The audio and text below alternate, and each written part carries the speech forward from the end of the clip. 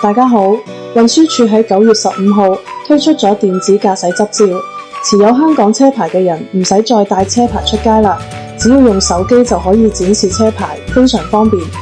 執照持有人只需要下載電子駕駛執照流動應用程式，如果有香港身份證就可以通過智方便認證登入，如果係非香港身份證持有人，就要通過牌證亦網上平台認證登入，就可以展示佢嘅電子執照。電子駕駛執照提供同實體駕駛執照相同嘅資料，